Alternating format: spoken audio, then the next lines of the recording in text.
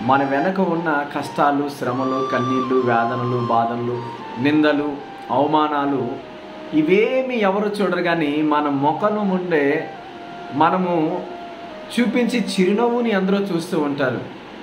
మనం ఎన్ని కష్టాలున్నా, ఎన్ని నష్టాలున్నా ఈ చూపించే చిరునవ్వుకి కారణం ఎవరో తెలుసా? మన కొరకు ప్రాణం పెట్టిన మన నజరుడైన యేసయ్యే.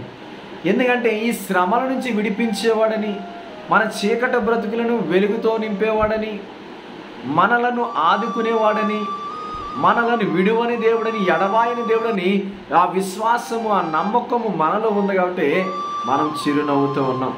ఈరోజు నేను ఒక ఫోటో పెట్టాను నా వాట్సాప్ స్టేటస్లో. నా చిరునవ్వు కన్నా దుఃఖాన్ని ఎవరు చూడరు, కానీ నా ముఖములో నవ్వు చూస్తారని.